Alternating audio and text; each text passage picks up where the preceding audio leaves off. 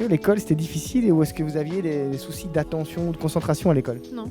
Niveau concentration et tout ça, c'est difficile d'être toute la journée assis sur une chaise à écouter des gens qu'on n'a pas forcément envie d'écouter. J'ai toujours été un peu l'élève au premier rang, donc concentration toujours. Après les notes en maths par exemple ne suivaient pas, mais concentration toujours. Moi je pense pas forcément que c'est difficile, mais c'est vrai que de devoir se concentrer toute la journée, c'est pas forcément évident.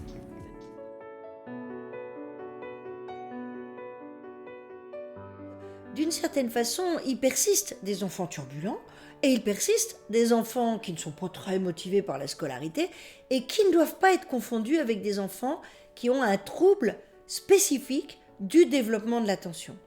Il faut bien comprendre que le développement de l'attention chez l'enfant, c'est un processus neurologique très long et très complexe, un processus dont, en général, nous n'avons pas conscience et qui pourtant va permettre les apprentissages. Alors, ce qui est important de comprendre aussi pour ces enfants, c'est qu'ils sont victimes de leurs symptômes. Ils ne les connaissent pas, ils ne les contrôlent pas.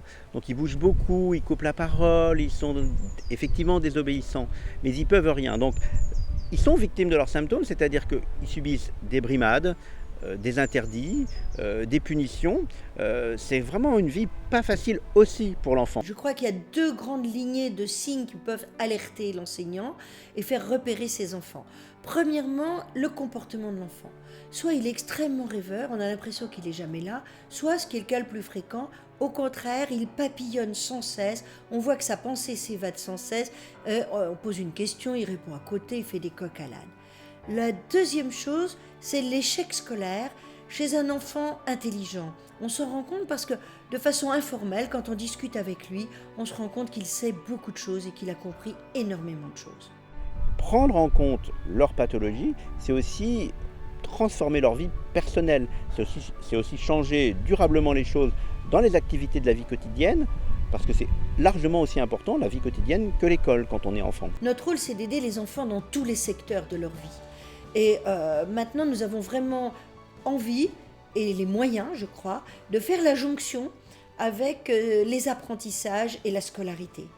Il y a toute une partie de tout ce que nous avons appris ces 10, 15, 20 dernières années. Nous l'avons appris des enfants, nous l'avons appris des neurosciences, nous l'avons appris des rééducateurs. Toute une partie de ce savoir pourrait maintenant être mise à profit au sein des classes, dans l'environnement scolaire des enfants. Et c'est l'objectif, c'est ce transfert, c'est cette jonction qui est l'objectif des deux conférences qui sont prévues le 10 juin et le 7 octobre prochain.